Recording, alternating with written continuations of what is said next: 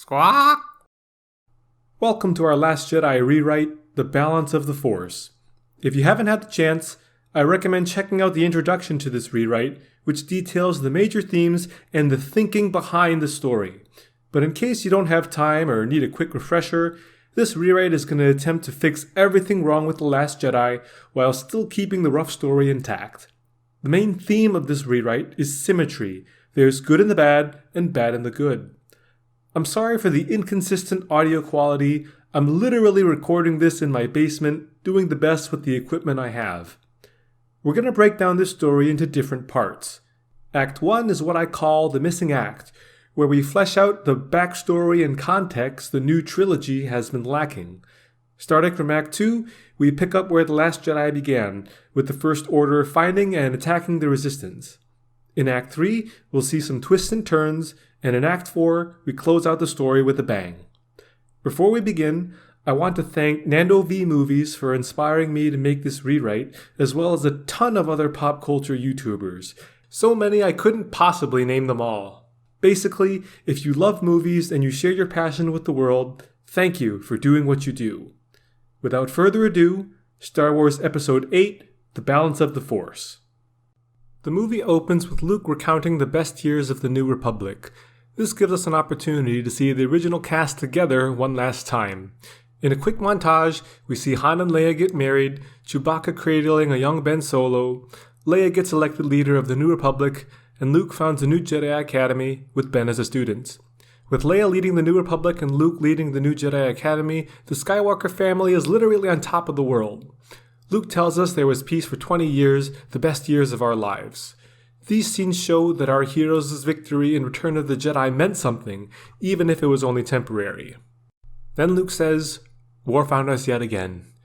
It began in a city called Canto Bight. Years of oppression under the old empire led many planets to be mistrustful of any form of government, including the New Republic. Canto Bight sparked the insurgency, a movement of anarchy, a campaign of so-called liberation commanding old imperial ships to fight the New Republic. We see a few shots of the insurgency. Their imperial ships and red and black color scheme clue the audience as to what they'll become. The New Republic military did all it could, but sometimes local people had to rise up and fight the insurgency themselves. This loose movement of local fighters across many planets called themselves the Resistance. This creates a clear distinction between the New Republic and the Resistance. One is an organized military power, the other a ragtag association of small local militias.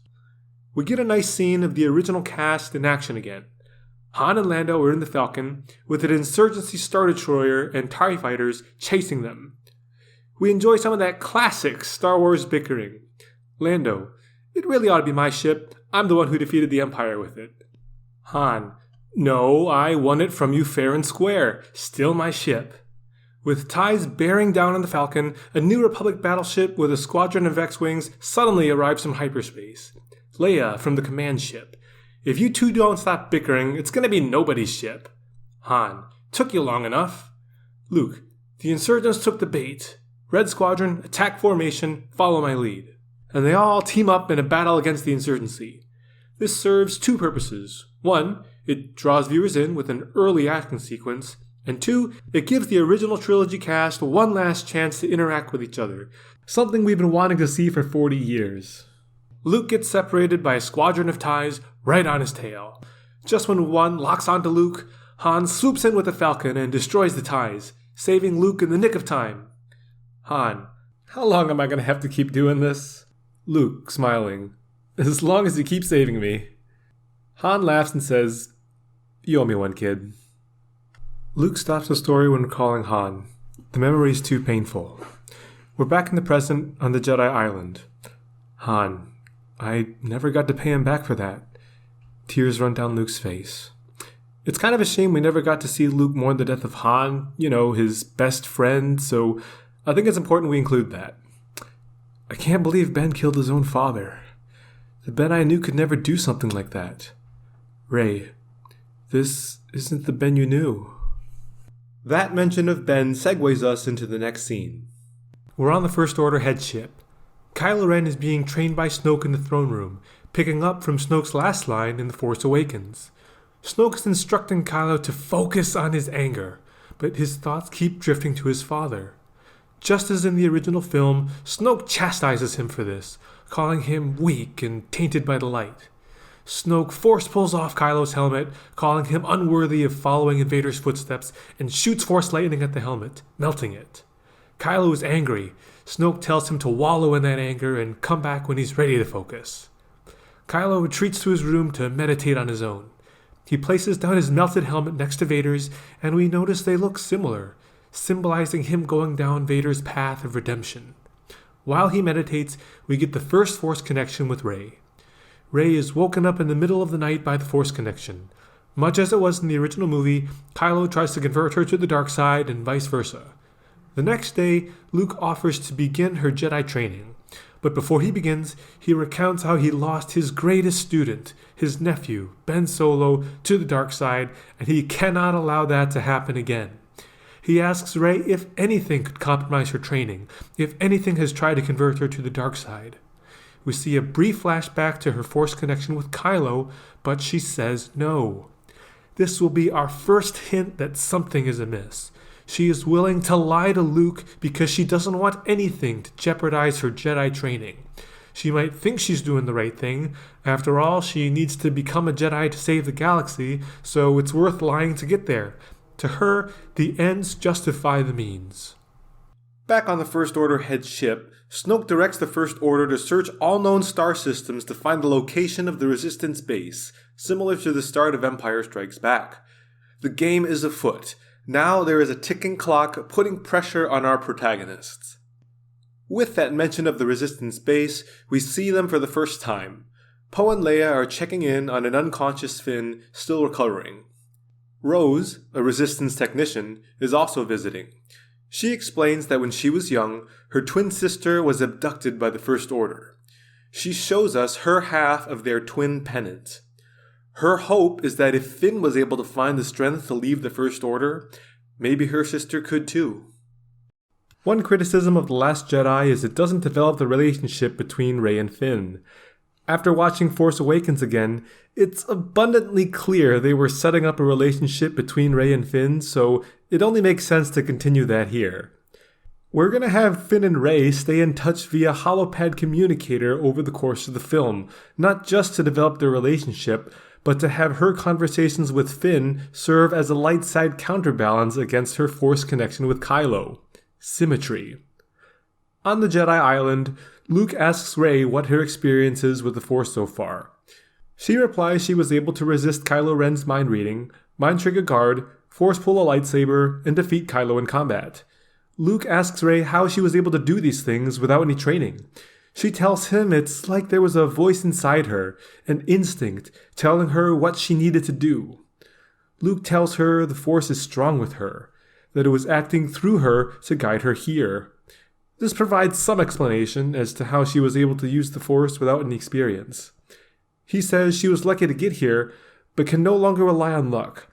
She now must train in more intentional use of the Force. We get that scene of Luke explaining the Force to Rey, where she immediately gravitates to the dark side pit. He expresses concern and tells her she must take a few days to reflect on her decision. While we're here, I want to point out that the pit fits our central theme of there being bad within the good, as even here, on the grounds of the original Jedi Temple, there is evil. We get that quick scene of Chewie trying to eat a porg and stopping out of guilt. It's a few days later, she gets a call that Finn has recovered, and of course she's overjoyed. Now, two things that can deepen any relationship are 1. Shared hardship, and 2. Opening up emotionally. Shared hardship is one of the strongest bonding experiences people can have, and the last time Finn was awake, they just got thrown into a huge, life-threatening, planet-hopping space adventure together, so we can use that to have them open up and develop the relationship.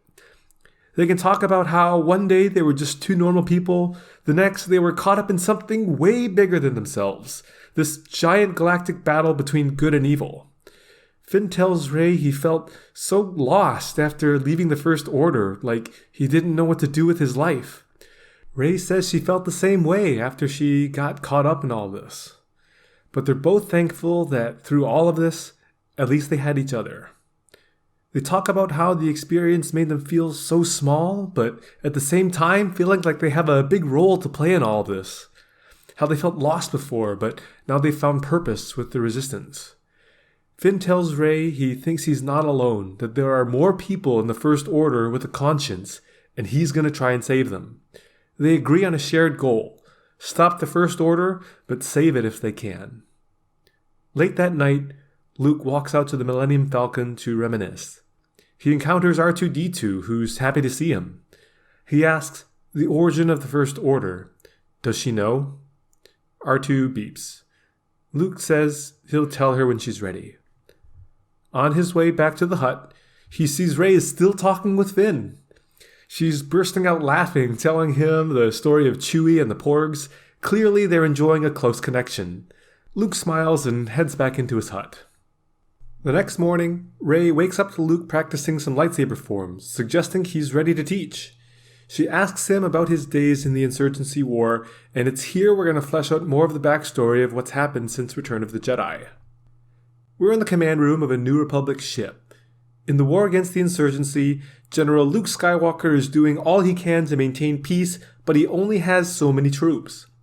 Much of the shortage is due to his insistence on capturing insurgents whenever possible, instead of killing them outright, causing the Republic to incur heavy casualties. Remember at the end of Last Jedi on the Salt Planet, the First Order had that laser battering ram cannon based on miniaturized Death Star tech? Let's repurpose it. The Republic has access to that tech, but this time it's called an orbital cannon, and it has the power to destroy a city from space. His admirals urge him that if he would only allow development of the orbital cannon, they could defeat the insurgency from the safety of space, and he would have enough troops to go around. But, as he has done time and time again, he refuses, as he believes that even though the insurgents are the enemy, there is good in them. They are worth saving. Again, this is the central core of Luke's character, his ability to see the good in others. That's what defined him in the original trilogy. That's what's going to define him here. And notice too the symmetry with him wanting to save the insurgency and Finn and Rey wanting to save the First Order. With the New Republic's troop shortage, Luke cannot afford to have his troops mired in long-term occupation of unstable worlds. But right on cue, the command room receives word of multiple insurgency attacks all across the galaxy. One after another, there are calls from local resistance forces begging for assistance. Luke asks if the New Republic has enough forces to save all the planets. His admirals tell him they barely have enough to save one. Luke desperately asks his admirals if any of them have troops to spare. Several reply no, causing Luke to become increasingly disheartened, until thankfully, one receives word of spare troops from a successful mission. Luke immediately dispatches them to one of the planets in desperate need, but there are still so many others. One transmission, "Help us!" Another, "They're slaughtering us, we need reinforcements!" Another, "The New Republic promised it would help us." After much agony, Luke decides that with his troops running thin, he cannot save them all.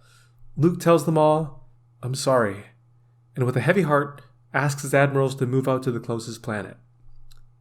Leading the Republic's war against the insurgency has commanded all of Luke's attention, so he entrusts his Jedi students, including his Padawan, Ben Solo, with leading the on-ground battles. Ben gets a first-hand view of the losses the New Republic is incurring as a result of Luke's capture-first policy. Ben becomes increasingly frustrated with Luke's stubbornness on the issue, eventually seeing him as disconnected from the reality on the ground. Several of the other Jedi students agree with Ben. Luke stops the story, saying he'll tell her the rest when she's ready. Now, it's time to work.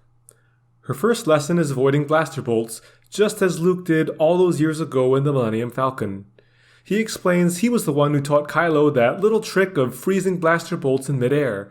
In the years since, he has perfected the technique to absorb blaster bolts entirely. He demonstrates this by having Rey fire some shots at him.